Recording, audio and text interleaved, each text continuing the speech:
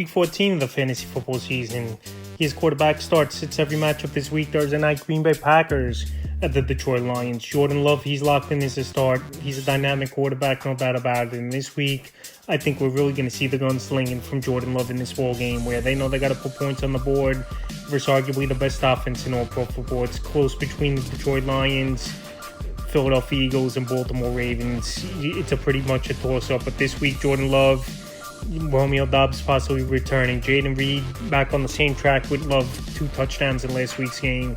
And when you got the running game going like Josh Jacobs has been going over the last few weeks, it opens everything up. Jared Goff, he's a start. Jared Goff, it's been a solid season for him. And when you're in a high-powered offense with great weapons like Amon-Ra St. Brown, Jahmyr Gibbs, David Montgomery out of the backfield, Jameson Williams, Sam Laporta, you're going to put the points on the board. And I know some weeks his numbers aren't great. It's Jared Goff, and then there's weeks like we saw a few weeks ago where he went for 412 yards and 4 touchdowns. So every week it's different with Jared Goff, but every week he's a start and matchup proof for the most part. Atlanta Falcons at the Minnesota Vikings, Kirk Cousins is a start. I know last week it was a horrible ball game, 4 turnovers, but this week you see the juices are flowing versus former team, where last year he tore the Achilles and they didn't have interest in bringing him back after the season with this Minnesota Viking team. So Kirk Cousins has great weapons, Drake London, Darnell Mooney, Kyle Pitts, definitely a down year once again, and especially the last few weeks. But I think Cousins goes out there versus former team, has one of his better games of the season, and I actually would have confidence, even versus tough defense, to put him in the lineup this week. Sam Darnold to start. One of the more surprising quarterbacks, obviously, all season long is Sam Darnold. And when you got guys like Justin Jefferson, Jordan Addison, and TJ Hawkinson with Aaron Jones in the backfield, you're going to put up some fantasy numbers. And last week, Sam Darnold did nothing in the first half of the game, and he totally turned it around and still had 22 fantasy points. So this week in the matchup versus a Falcon defense that's had trouble, especially the last few weeks versus the pass, I think he goes out there and he's a good starting option. New Orleans Saints at the New York Giants. Derek Carr is a borderline option for me in this ball game. I know Carr, his weapons are obviously depleted. Chris Olave, he's still out.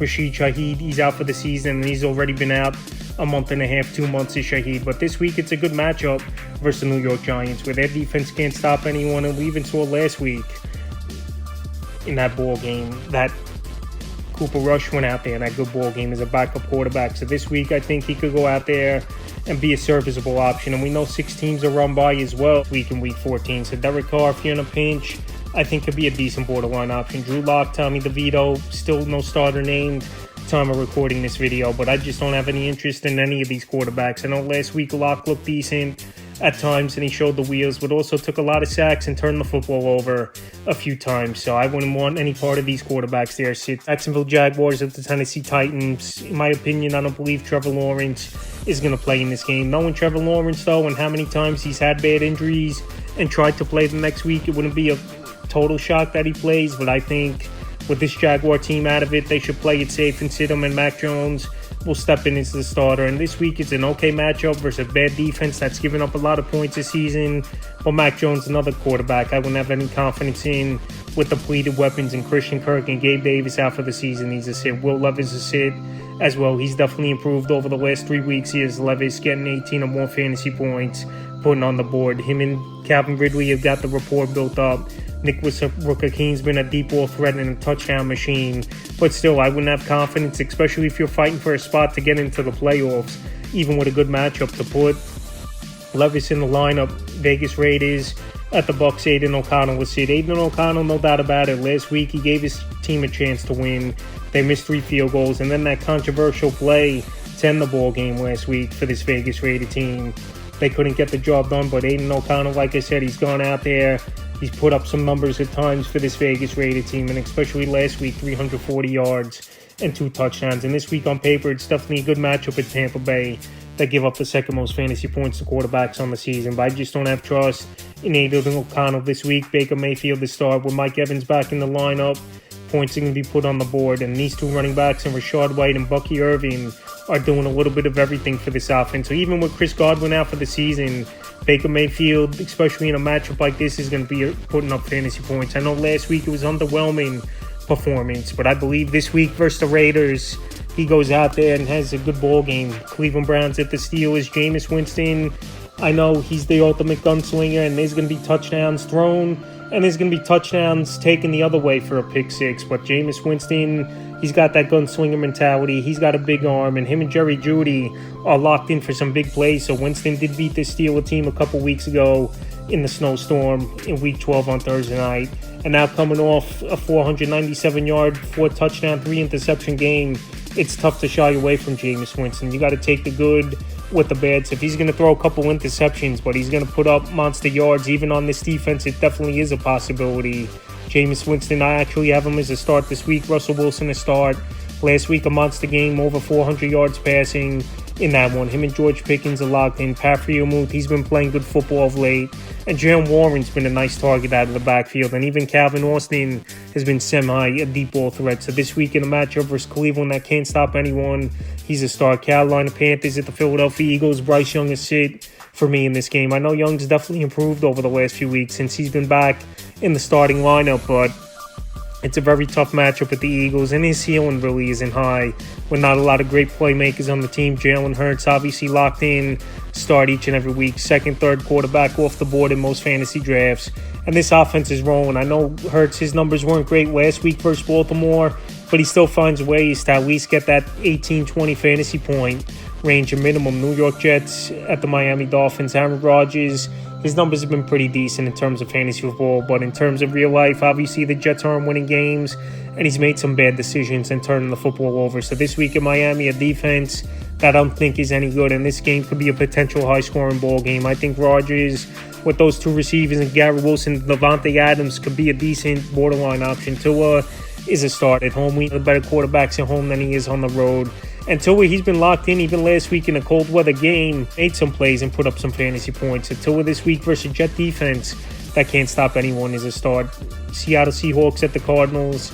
Geno Smith is start. When you got wide receivers like Jackson Smith-Njigba, DK Metcalf, and then out of the backfield, Kenneth Walker, you're going to put up points on the board. And this week at Arizona, where they're middle-of-the-pack defense and definitely improved over the last month of the year, I still believe Geno Smith, with 6 teams on bye, could go out there, and he has some running ability as well, and a start. Kyler Murray a start. We know some weeks it's going to be down weeks for Murray, and then some weeks he could go out there and get that 25, 30-point fantasy range. So this week, after we saw 2 weeks ago the Seahawks win 16-6, I think the tables could turn a little bit, and we'll see more scoring by both teams in this ball game. So when you got a number one guy at the tight end position in Trey McBride, who makes everything easier, and then a deep ball threat and number one wide receiver like a Marvin Harrison Jr., that's a good offense, obviously, and a recipe for success. So after a bad game a couple weeks ago versus Seattle, I think Kyler Murray is a start option, turn things around, and I actually would have confidence. Buffalo Bills at the Los Angeles Rams. Josh Allen, obviously, arguably the best fantasy quarterback once again this season. It doesn't matter if his receiving core isn't doing much. With his running ability and just the way he spreads the football out, he's worked his way into points week in and week out. And even last week in the snowstorm, he had over 30 fantasy points. Matthew Stafford is sit. Last week, 2 late touchdowns, bailed out and saved his fantasy day with 19 fantasy points is Matthew Stafford. But this week, a tough matchup with the Buffalo Bills coming to town.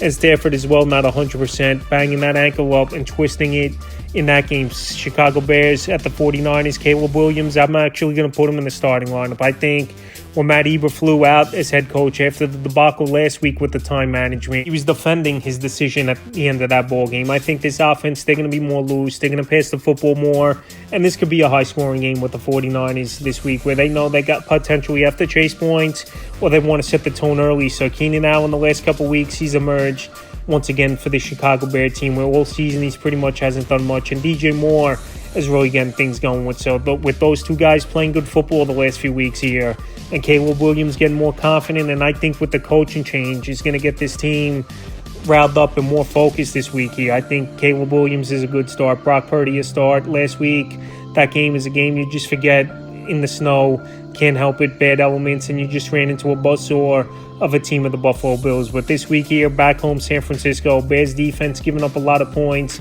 especially the last month of the season. I think Purdy, as long as he's pretty healthy, could go out there, have a good game. Los Angeles Chargers at the Chiefs. Justin Herbert is sit for me in this game. I know Herbert, he's been decent for the most part this season, but last week it was a down game for him at the Atlanta Falcons. And this week here, I know it's a matchup where he's had some success at the Chiefs and not winning ball games, but obviously moving the football down the field and getting yards. But Ladd McConkey, even if he plays, he's not 100%. And this Chief team, they just find ways to keep teams down in the mid-teens, low 20s, and they've been squeaking a lot of games out. So like I said, Justin Herbert, it's a tough spot for me to trust, in my opinion, for him in this ball game, even though we know the potential. Patrick Mahomes, a start for me in this game. He has a great track record versus Charger team throughout his NFL career.